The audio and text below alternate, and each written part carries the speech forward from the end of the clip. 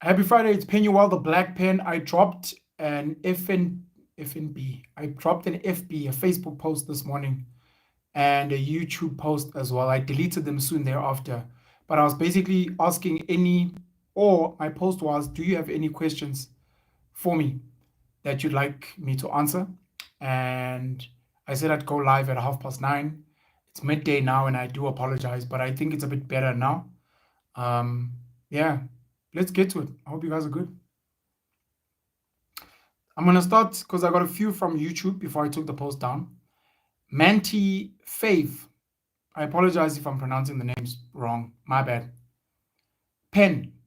So for a young man, mid-20s, from a small town, what's the most optimal way to navigate success today? Moving to the city as soon as I can without a solid plan, hoping to build connections and opportunities, or stay where I'm at, continue working online, build some capital, or even start a business locally before making the move. How do you decide which route makes the most sense? Mid-20s. Mid-20s means you're old, sort of, from a small town. Navigate success. I have to now assume what success is. And I'm guessing success means money. And by money, I mean, how do I make 50, 12, 60,000 to 100,000 to R1,000,000 a year? That's essentially, I think, the South African dream. How do I make 50,000 Rand a month?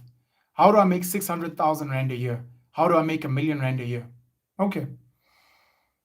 I need to try and keep it brief, right? So I can go through all the questions.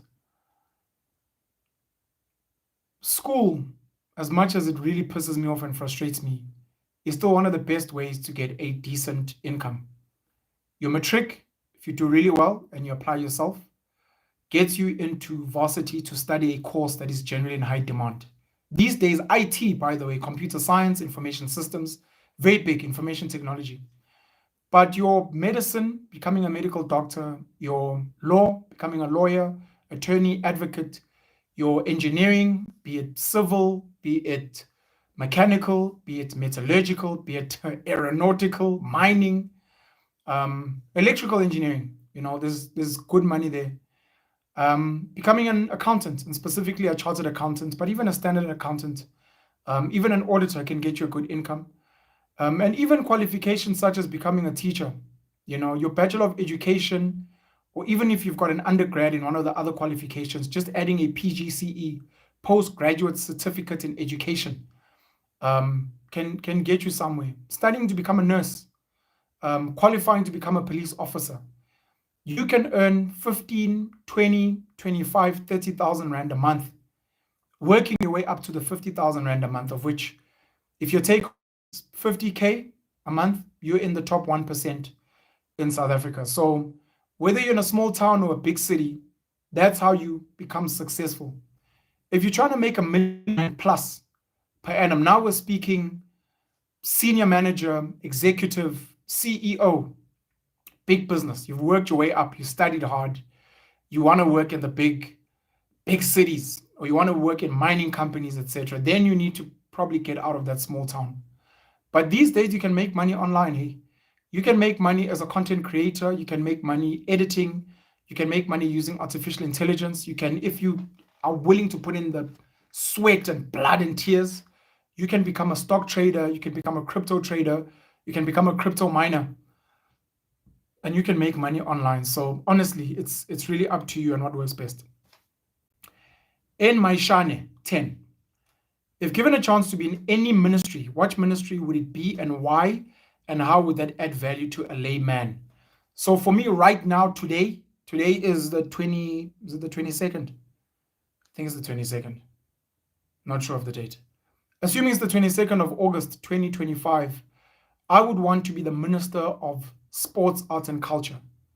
Emphasis on the arts and culture. I think we're sleeping on a huge gold mine in our arts in South Africa.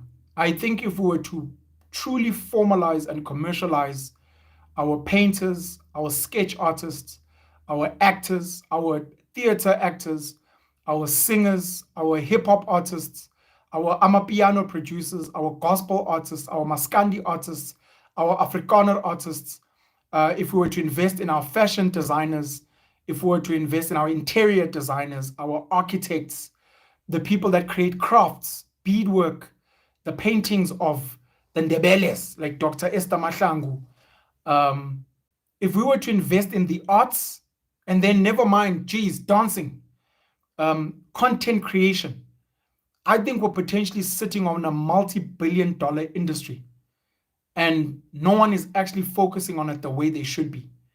Just this morning, I posted on Facebook that TikTok really needs to pay us. TikTok needs to pay us, and TikTok South Africa needs to ask us what, or needs to tell us what we need to do to demand that TikTok headquarters around the world are paying content creators in South Africa. We create some of the greatest content in South Africa, and we need to be paid. Facebook has started paying. It's not that great, and I still need to kind of figure out how to get paid properly on Facebook, because I'm doing over 6 million views on Facebook every month. You need to pay us. So as a minister of arts and culture in particular, the question would be, how do I ensure that money flows? How do I ensure that our plays go overseas and travel around the world? Indlamu, isicathamiya, ukuxhensa, our clothing, our traditional attire. I'm not talking about this fake traditional, I'm talking real traditional attire made of leather, made of beads, made of traditional outfits, traditional materials rather. And when these people travel with the dance and the singing and the fashion, they also teach people about our diets and our cuisine. And they also export rooibos, and they export South African wines, and they export South African jerky, what we know as biltong, and our druiwors, our dry meats, and our dried fruits around the world. Multi-billion-dollar industry is the ministry that I'd take. With that being said, man, I think based on my mindset, if I was Minister of Finance, I think I'd do very well in this country. I think I have some really good ideas on how to manage the financial affairs of South Africa. I think the way that we're using our funding is not optimal. I think the way we're using social grants is not optimal, and it could be used in a very intelligent way to foster entrepreneurship as a culture. We could become a very financially rich country if you could work with some of the biggest businesses in this country to ensure that they are creating platforms to stimulate economic productivity across the country, spreading our economy around South Africa, industries around South Africa. I think I'd do brilliantly there as a minister. Of course, Minister of Sports would be very easy. Yeah, let me just answer that and leave it there. Tapelo Nnezu 4195. Is there actually a solution for whatever is happening in this country, or should everyone just mind their own business and secure whatever they can for their families? In fact, go into corruption and crime if the opportunity comes. That last part, of course, is defeatist. I understand it. Trust. I would sit one-on-one with someone and say, bro, do what you got to do to feed your family. But it's not optimal, and there are better ways of adding value. Is there a solution for what's happening in this country? Yes. There are many solutions, and it's one of the things that is constantly eating at me every single day. I want to use my YouTube platform to try and fundraise, to do charity work, to do some type of service delivery in certain communities, to give back or to pay forward whatever people have given to me. I just recently donated some money. I'm going to be posting this on my Twitter, Facebook, maybe Instagram. I've donated some money to a gentleman who runs a foundation called, I think, Masbuyele Foundation, if I'm not mistaken, but you'll see the post. He runs a soup kitchen in Osizweni Township in Newcastle, my hometown. He puts together talks. He's trying to inspire the kids there. I want to donate to him. I want to mentor him virtually a bit to say, look, we need to make this thing more sustainable. We need to get local businesses involved, etc., etc. So I'm going to be using some of the money that I raise on YouTube, especially money from my paying members, to do that type of work. That becomes something like AfriForum. I am happy to sit with AfriForum again, not to talk politics, not to talk farm murders, potential white genocide, not to talk the Afrikaner language and Afrikaner culture, no. Just to talk AfriForum as a civil organization that fundraises from ordinary people, takes that money and puts in hard graft into communities. I would love to profile, sit with, expose, fund, mentor, connect 100 community leaders in South Africa that are going to build something like AfriForum in their communities. If you can build something like AfriForum in your communities and you're getting rid of illegal foreigners, you're investing in local entrepreneurs, you're running community gardens, you are investing in the local schools, you are ensuring that the churches are giving back, you are running neighborhood watch or maybe some type of private security, you are exporting talent or produce out of your community, and you are building something special. I would love to work with people like that. That's how we save this country, not with government. I have lost faith in the South African government.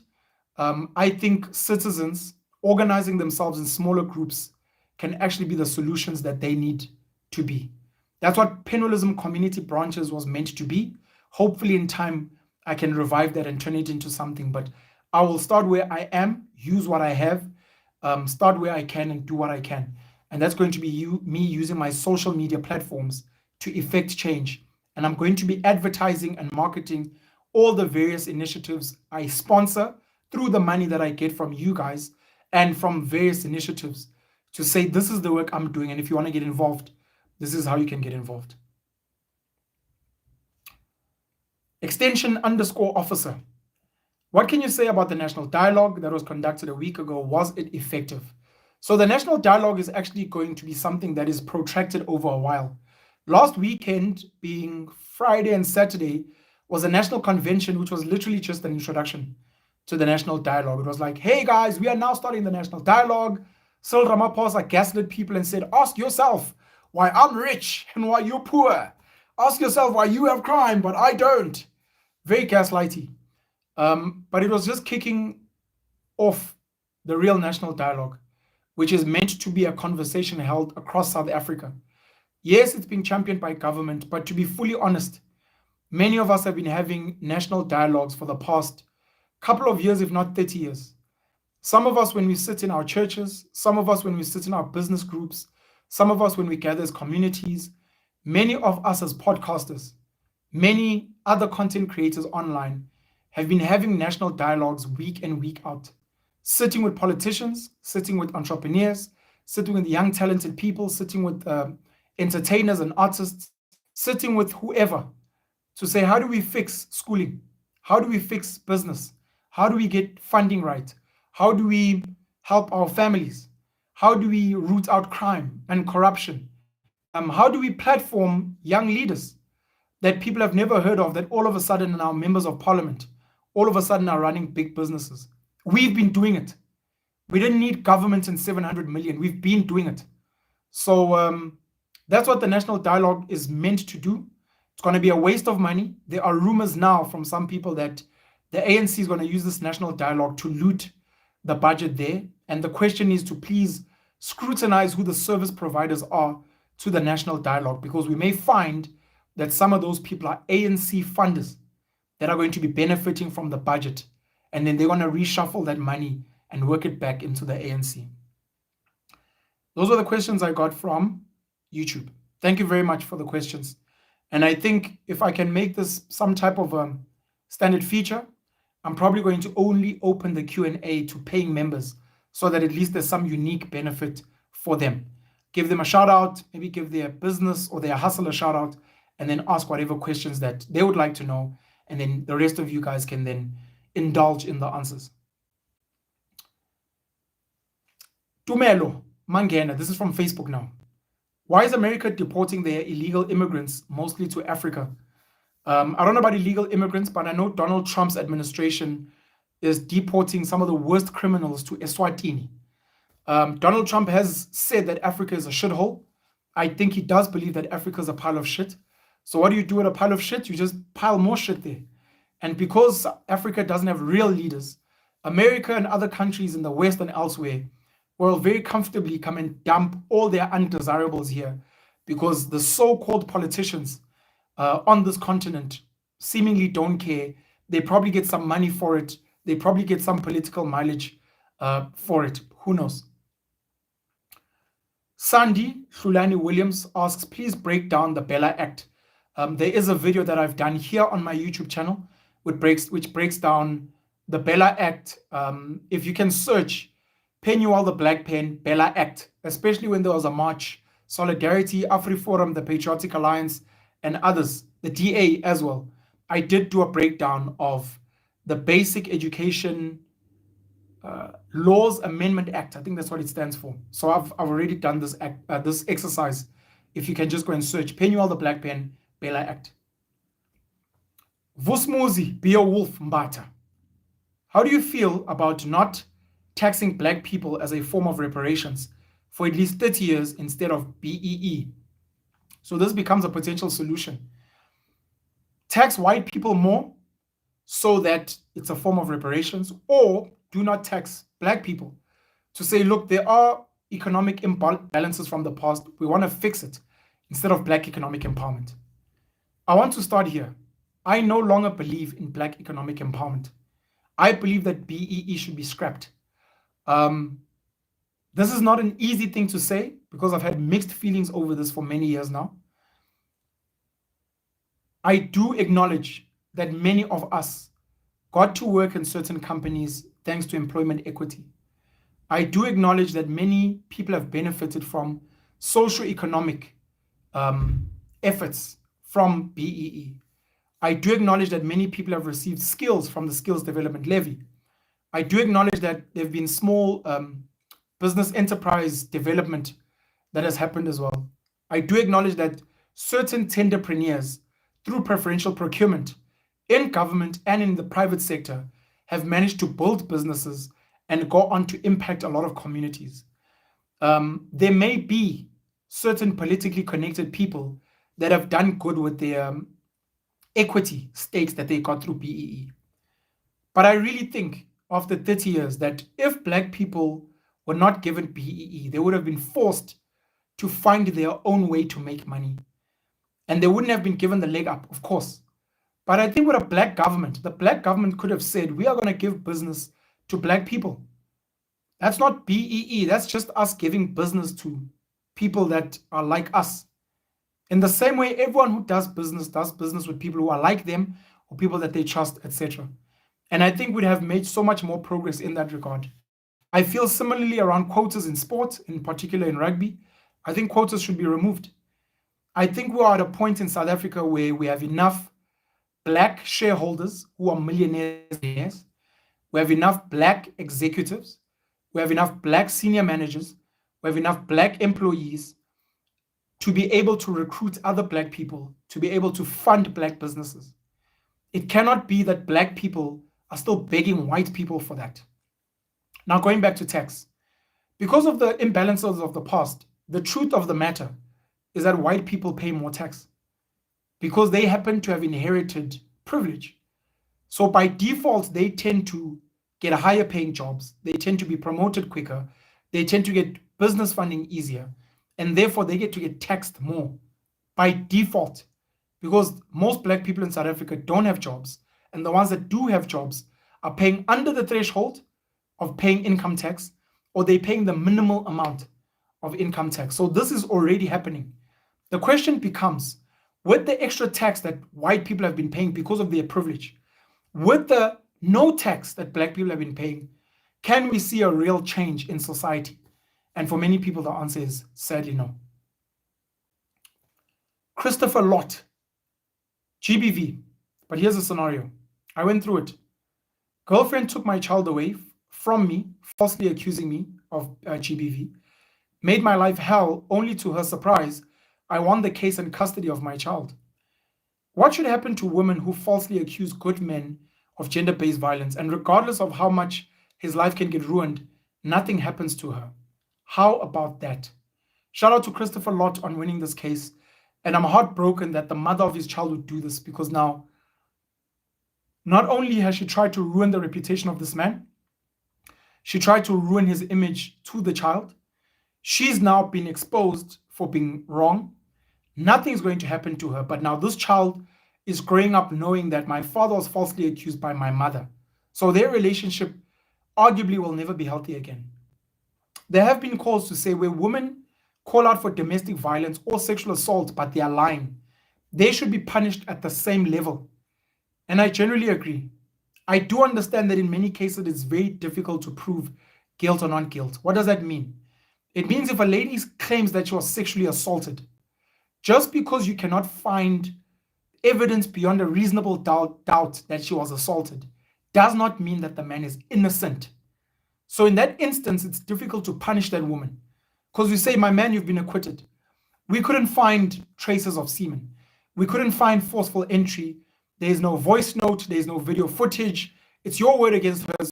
Unfortunately, we cannot prosecute. We cannot arrest you. So you are free to go. That does not necessarily mean he did not violate it. It just means that he is not found guilty. In cases of domestic violence, a woman says she was beaten up, she's got a blue eye, she's swollen, she's hurt, she goes to a doctor, they do tests, they take pictures, they're like, this woman was beaten up. He hit me. But there is no proof on the man's hands that he beat her. She says he used material. We can't find the tool that was used. He claims he didn't do it. He's got an alibi. They're like, ma'am, maybe he hit you, maybe he didn't. We can't find proof. We don't know. So we can't charge him, but we're really sorry about the ordeal you went through. So in those cases, it becomes difficult to then punish that woman. But where a man specifically can prove this woman lied, I've got a voice note. I've got people that can testify, witnesses. I've got a straight alibi with video footage. When she says I was doing this, I was not there at that time. I was in a different country. I was in a different city, etc. She is lying. Those women should be punished at the highest level possible. So thank you, Christopher, for sharing your story. And I'm glad you managed to have a good ending to your story, at least when it comes to having custody to your child.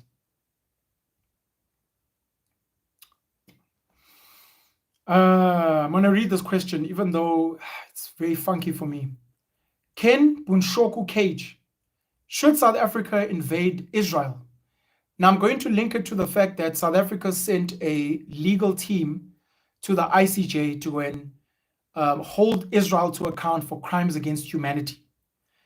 And there's been a lot of talk around genocide in Gaza or in Gaza of the Palestinian people. Should South Africa invade Israel? My short answer is number one, South Africa's got more serious pressing issues here. We have got violent crime issues here. We should be speaking about invading the Cape Flats to outroot drugs, to outroot gangs, and not just in the Cape Flats, in some of the most dangerous areas in South Africa, in some of our townships, in Alex, maybe in parts of Mdantsane, KwaMashu, Mlazi, Nanda, etc., etc. That's pressing for South Africans. Number two, it has been stated on the record that our South African National Defence Force is not even strong enough to defend South Africa against foreign invasion. So we need to fix our defense force.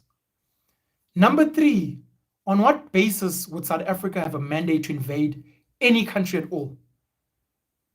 There is no court that has definitively stated that Israel is committing genocide, therefore other countries of means must get involved, must intercept, must invade, must intervene. I'm not aware of this. If you're aware of this, you can share that with us as well. I do think there are some efforts to be made. I do think America needs to be held complicit in some regard because they supply a lot of the weapons to the Israeli army. I do believe that some of the more stronger militaries, China, America, and the likes, need to find ways to neutralize the Israeli Defense Force, and where possible, Hamas as much as possible as a military unit as well, to say, we want some type of peace being kept because there are innocent people that are dying, whether because of Israel or Hamas in various ways. You guys must stop. But should South Africa be doing that? I do not believe so at all. Should South Africa share their opinions and their voice 100%? But I'd rather Cyril Ramaphosa, the government of national unity, focus on fixing the issues we have in South Africa. We have got terrorist organizations that are operating in South Africa. We have got international drug cartels operating in South Africa. We have got undocumented immigrants based in South Africa that shouldn't be here. We've got stories of human trafficking. We've got stories of violent crime, of sexual assault, etc., that are burning this country for us to even remotely be thinking about any other country at this present moment. Sabelo Mpungose asks, why did you abandon your religion? If my religion is penalism, I have not abandoned penalism. I am still a penalist. I have a book of my belief system called Penalism Principles that has been distributed every week to various people that want to learn about my principles. This person's name is ABCDEFGHIJ. What would it take for South Africa to be amongst the safest countries in the world? It would take a government of good, strong leadership to ensure that they properly train and fund our soldiers and our police, to capacitate them with enough vehicles, with enough weapons, with enough surveillance technology, with enough intelligence to uproot crime, to punish criminals, to rehabilitate criminals, and then after that, to ensure that we work on our socio-economic issues, because a lot of the crime we have is from people that are poor, who are committing crimes to feed their families. And when people get desperate in a money world and they can't get jobs, unfortunately, crime becomes an option. Shaba Jr., who do you think should be the next president of South Africa and why? As much as the political system frustrates me in this country, as much as I'm really, really considering not voting anymore, we have to look at the reality on the ground. The reality on the ground is there's a chance that the GNU will continue in 2029.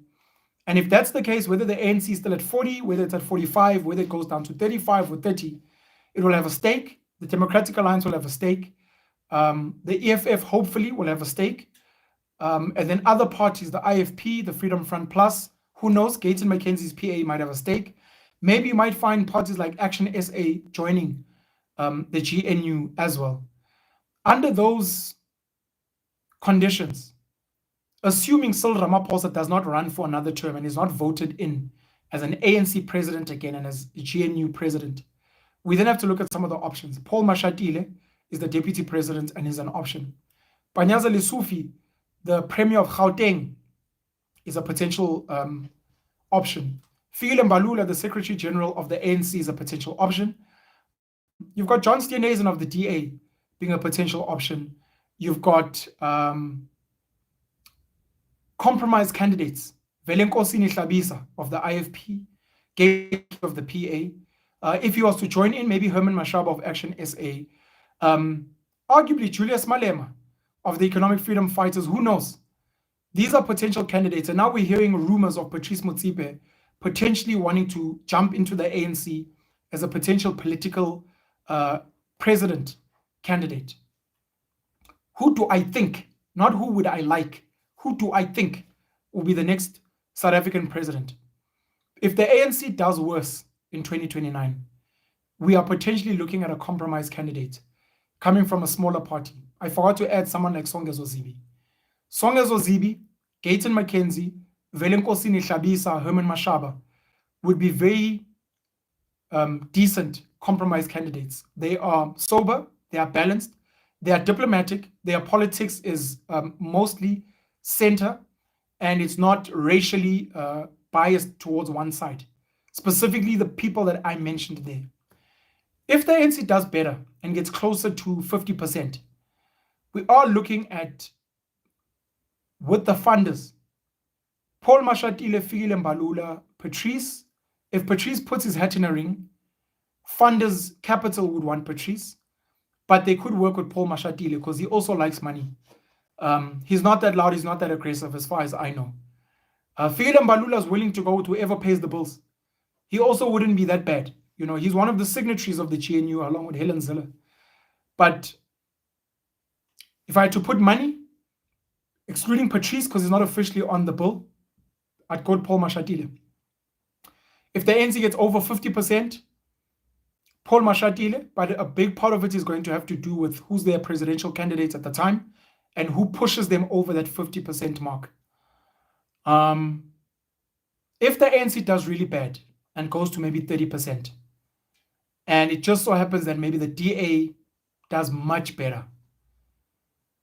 We may see the DA putting John Steenhuisen as the president at that time. And he's currently being groomed as a minister to maybe see how things work. He has traveled with the presidents of the country around the world as a delegate. So who knows? Who knows? Okay, come on.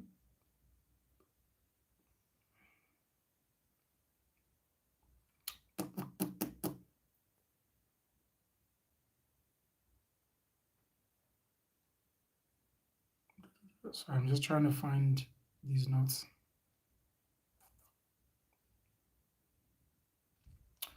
Mbulelo Mboya. I would like to clarify that part in a constitution of everyone in this country having access to healthcare. I would like clarity, I think is what they were asking. Does it mean when the South African Health Department budget gets drafted, does it cover everyone in the continent or on the continent? Or our government has an agenda of making us to fight alone? In addition, how do you say illegal foreigners should leave, yet you give them free health and education and other basics? And this is a question for government. It's a very deep question and it's a very relevant question. We have got what's called illegal foreigners, undocumented immigrants here, who are protected by our constitution to have a right to be here, a right to housing. Their children have a right to education and they have a right to healthcare. How? How? We need to have a conversation, and the conversation needs to be that we need to remove that. We need to remove that right. That thing of South Africa belongs to all who live in it must be South Africa belongs to all those who live in it legally. That is not rocket science. That everyone has a basic right to healthcare, education, protection, and yes, those are human rights, but on condition that you are following our laws. If you're not following our laws, you shouldn't get to benefit from whatever is being done in this country. And that's just what's on paper. That's just what's in the constitution. That's what our government and our politicians should be focusing on. Umpilo Zwane, how are you planning on raising your boys? When you say you don't bring money in a romantic relationship, what do you mean? Please explain in depth. Thank you for those questions. Let me start with the second one. When I say that I don't bring money to the table, I'm trying to explain this. Different people bring different things to a relationship. From a female perspective, this could be purity, her virginity. It could be submission and servitude. I will cook your meals. I will clean your clothes. I will clean the house. I will look after our children. Include her looks. I'm very good looking, and that might be something of value to you. It may bring her body in various ways. You can enjoy having intimacy with me in many ways.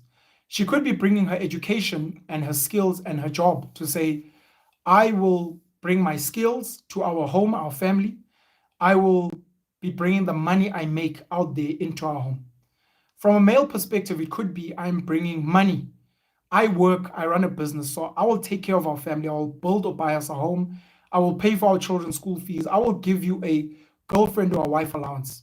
It could be his looks as well. If you have children with me, your children will be good looking. They might be athletic if I have an athletic body. It could be whatever skills and advice I have. It could be my family name. I am Mutsipe, I am Mandela, I am Rupert, I am Oppenheimer. You can walk around saying, I'm from that royal family. As something that I'm bringing. When I say I'm not bringing money to a relationship or to the table, it doesn't mean that I will not contribute financially. I believe very much in contributing in the relationship with myself and my partner. I believe in contributing, especially when it comes to my children. I believe in ensuring that we have shelter, the kids have some level of education, we have clothing, we have food, etc. When I say I'm not bringing money, it means I'm not going to be the breadwinner. I'm not going to be the big baller. I'm not going to be the provider. That if you're with me, Siswami, don't worry.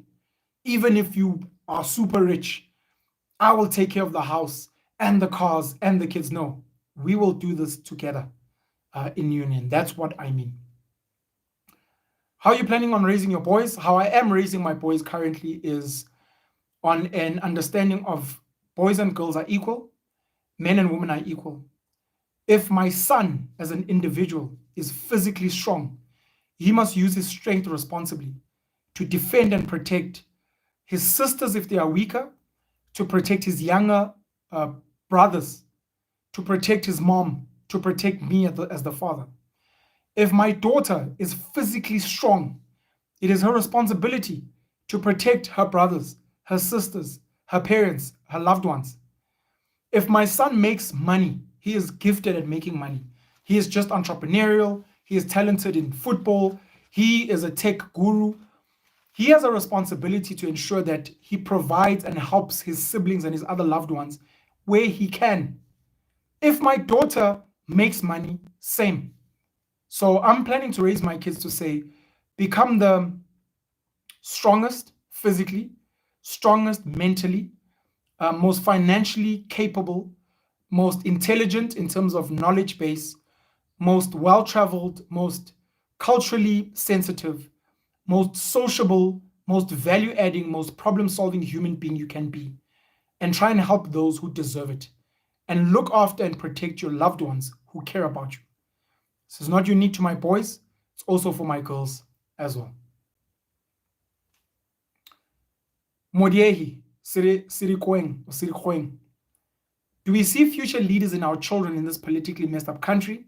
Are our children politically inclined like we used to be? The short answer is no.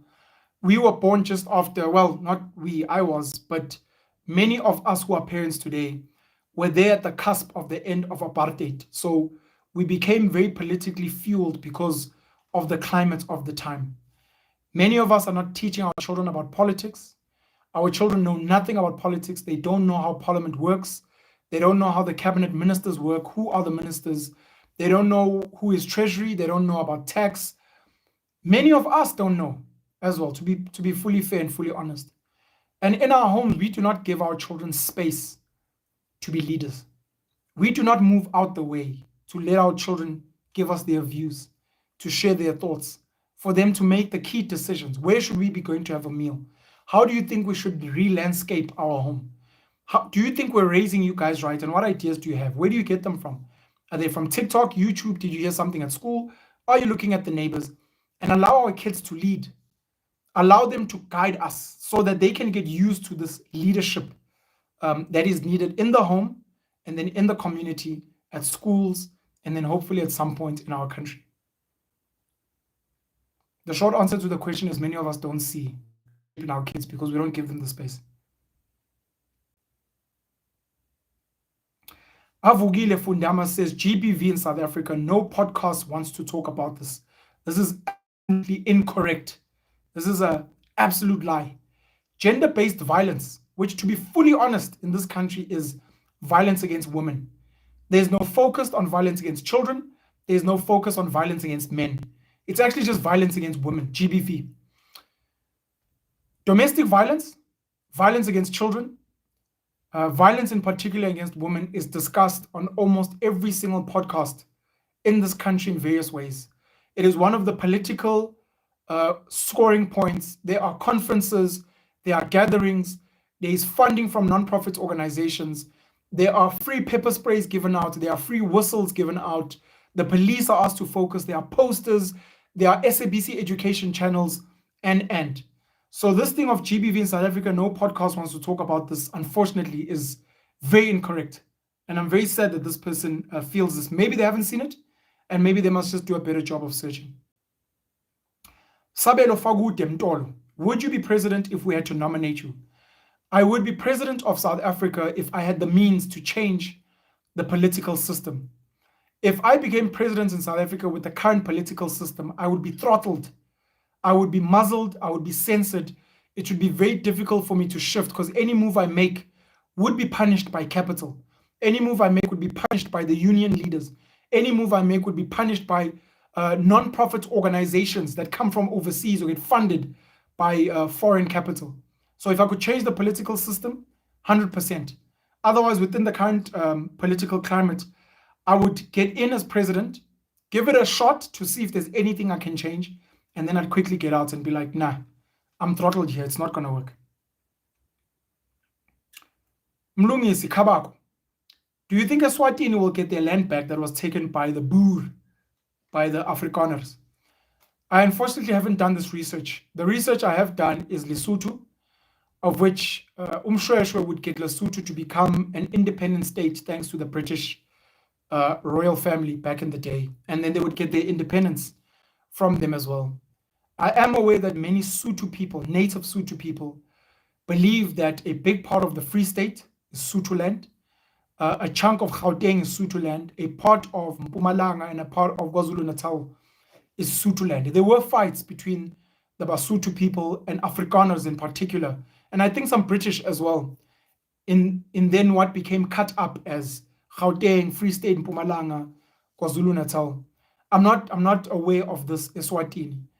Eswatini, Lesotho, anyone else who wants land will never get land from anyone unless if they get organized and either get it politically or get it by buying it or get it through violence and conquering whoever is the current owner of that land and then redesigning the borders. Eswatini right now, to King Mswati, I don't think has really strong leadership, so I don't see them getting any land from anyone, anywhere for anything currently as it stands. Zanella, Veronica, what is the motive behind alcohol? Our youth are trapped. What is the motive? The motive for people who own taverns, shebeens, bottle stores is to make money.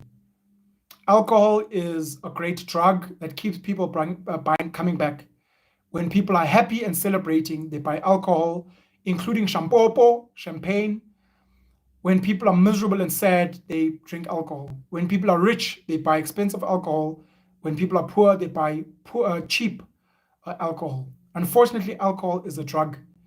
And you have to wonder that with our government that makes a lot of money from taxes from alcohol, that probably get funding from people that make money in alcohol and people that host events with alcohol, in money they get paid from the licenses for alcohol-related businesses.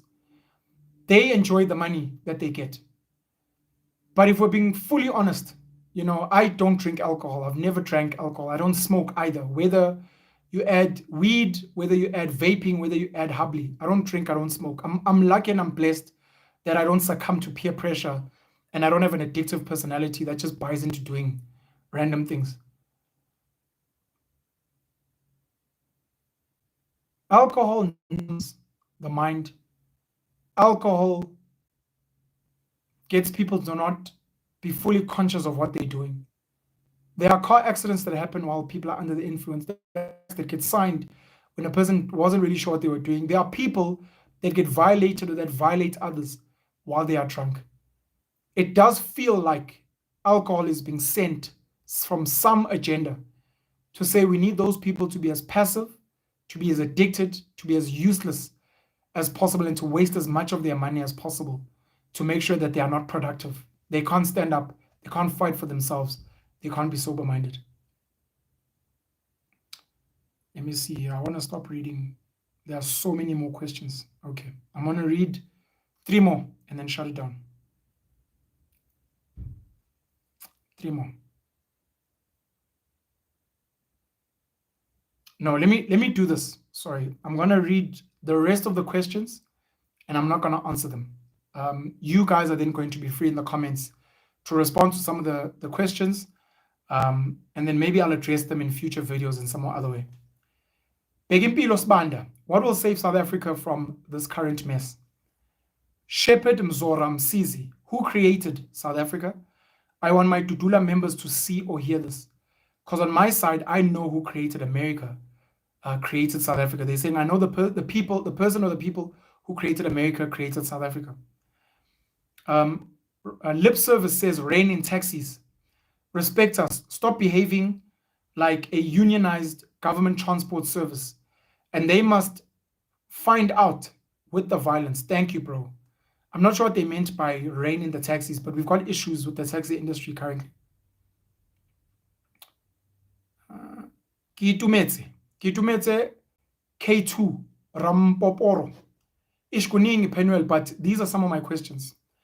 As a podcaster, how do you view the Saul and MacG relationship? Do you think in light of all that is going on in terms of his radio career and brand, he should break apart and start his own? You're quite vocal on issues of gender. There's been quite a few women's killings. For example, a woman's body was found buried in a man's shack at Kutlwanong, K10 this past weekend. A man went live after killing his girlfriend in Dubai, not the UAE, by the way. What can we as a collective society do to curb this scourge? I call it scourge because it happens every weekend now. What is the view on this lotto matter being a scam? Are you afraid to talk about the lottery? Why is it that mainstream media is afraid to write or broadcast anything negative about the lottery? Do you have any comment on that man who won 17 million rand, but the lottery is refusing to pay him? Any advice for him? Do you think this is a war he can win? Any advice he ever gets what's due to him in terms of spending and investing? I'm not going to address this, but I will say I have posted on Twitter, I have posted on Facebook, asking people, is the South African National Lottery a scam? Is it some type of fundraising mechanism for political parties? Are people being lied to about the winners of the lottery? These are very, very relevant questions. What's your view on this Isak, Newcastle, and Ribeiro Sundowns matter? What do you foresee? I unfortunately don't watch football, so I don't know what this is about, but I will go and read up on it just to stay abreast of matters in case anyone wants to chat about football somewhere. Sandile Mahlang, according to you, what should have been the key topics around in the national dialogue? I'll just say education and entrepreneurship, just very quickly. Oxhead Formation asks, when do we start holding women accountable? Women accountability, Baba, is as rare as a unicorn jumping on top of his puzzle shop in the middle of Dubai. But yeah, when do we start holding women accountable? Female accountability. Ntate wa buhlukwa mzilikazi. How true is it that even people who call themselves South Africans are not free in their own country? Damn. How true is it that South Africa is a registered company in the United States of America? I have made a video about this in the past. I think if you search, I'm not sure what the heading is, but Penwell, South Africa registered as a company. You might find the video on that on my channel. Ntsenki Litsila or Ntsinki Litsila. Should we believe? I don't know what this means. Open-ended. Injalifa, Professor Prince, why should podcasts not be legalized in South Africa? I'm not sure what this means. Maybe they meant regulated. Why should podcasts not be regulated in South Africa? I think that's what Injalifa was trying to ask. Zanella Veronica, what is the main reason that mental health is taken for granted in our public hospitals? People who do have medical aid can be referred to the mental institutions by their doctor. Guys, the reality is there are public mental institutions. There are social workers. There are spaces you can go to if you're mentally unwell in South Africa. It's not only with private hospital aid and your AKSOs and all these other institutions. So just do your research. There are institutions out there. Sir Max Benjamin Omnyama, Newcastle, the history. How did we get here from Charlestown and all the other farmlands? So they're asking for a history of my hometown, Ikaslami and Newcastle. Maybe at some point I'll do a video on that, just for the people of Newcastle and all the people I grew up with and all my loved ones there. Clive Mutsweni, what are the measures of getting full custody? I have made videos on this channel and on TikTok. It's something that I know I should be speaking about on a regular basis. Parents getting access and visitation and the laws around children's rights, the rights of mothers, the rights of fathers, how to ensure that you are protected when it comes to being able to raise your child, how to ensure that your child is getting maintenance from the parent who is not the primary caregiver. Muntu Sbande Nis. What would it take for South Africans to take to the streets rather than always venting our frustrations on social media? I don't really believe in taking to the streets. I think there are smarter ways of fighting and getting ourselves heard. But yeah, we can speak about some of the options regarding this. Michael Talani, what is the motive behind Australians opening up a mine in South Africa to create thousands of jobs? I'm not sure if the thousands of jobs are for South Africans. If they are, that's good. Australians do mine in South Africa, and that's just business. There are many foreign-owned businesses in South Africa, like KFC and McDonald's and Nike. So I'm not sure if maybe that question needed to be updated and edited and tweaked. Apiwa Alexander Ngalwa, why are you not God of anything? I'm not sure what that means. I'm the God of penniless, and I'm the God of mean. Kenny Mukalane, do you think if we mobilize the people of this country in support of Mr. Makati and boycotted Vodacom, they would eventually give the man what's fairly due to him? The short answer is yes. But South Africans are more interested in their own personal vibe. The government is not interested.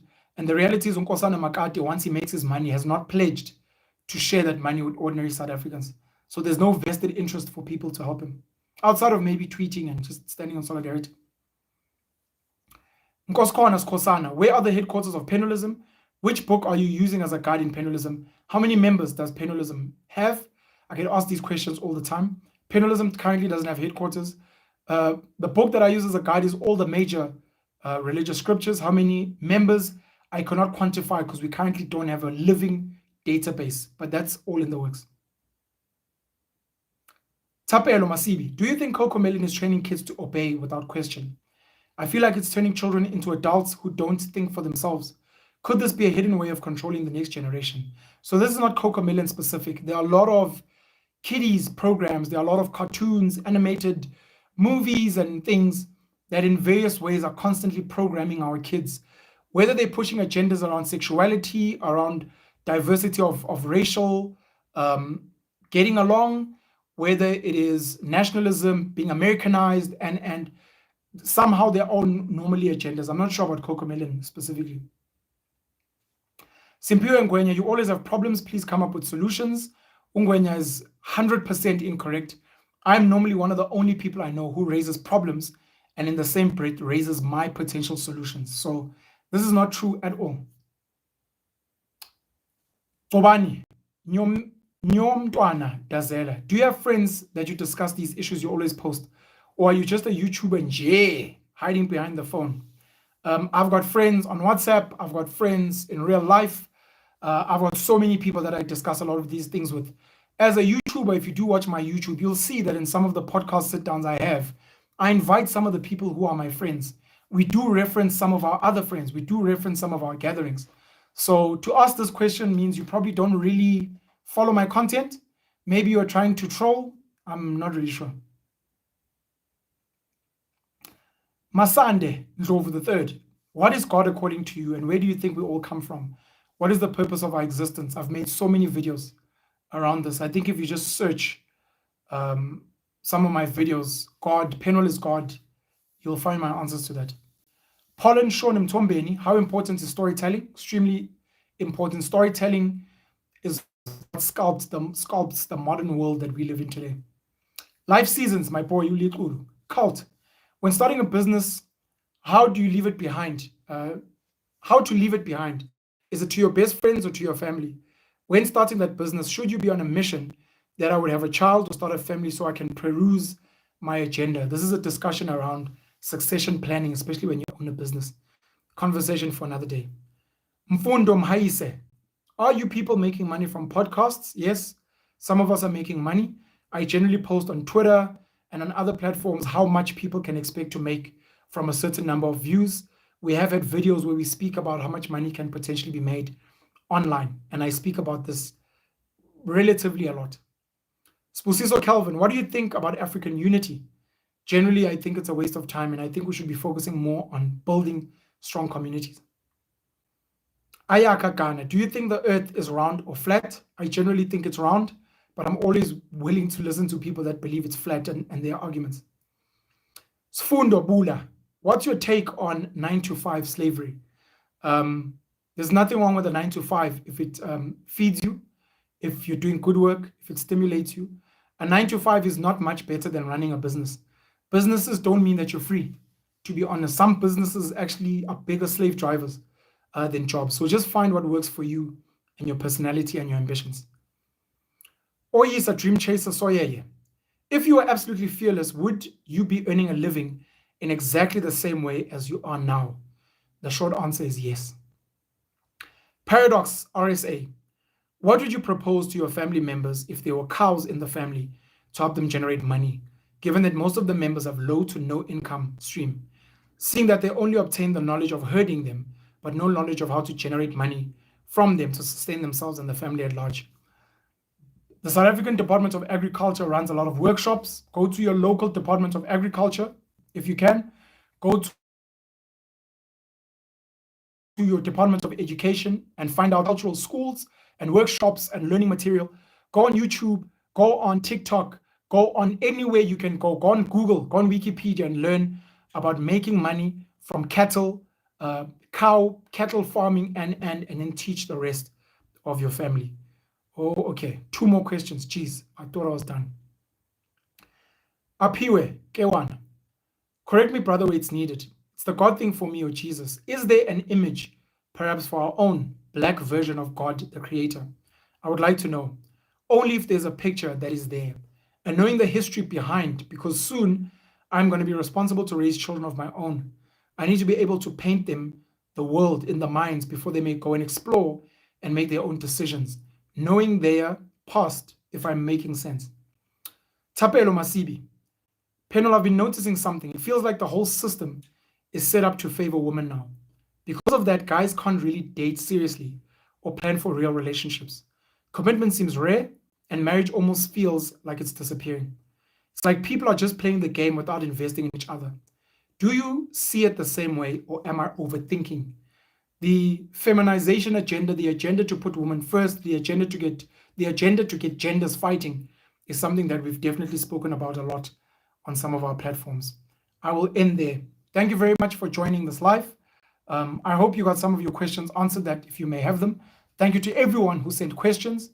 And yeah, I'll let you guys know soon enough when I'll be doing this again. And like I said, I'm hoping that I'll set this up for paying members so that it becomes a benefit for them. And I'm hoping to take the money that I make from members to this channel, from the people that donate to my videos, and where I make money online in other ways, to be able to start doing some community work that I'll be posting on my other platforms that you guys can get involved in as well. And this will become my way of becoming a leader, using the platforms that I have and effecting change where I can.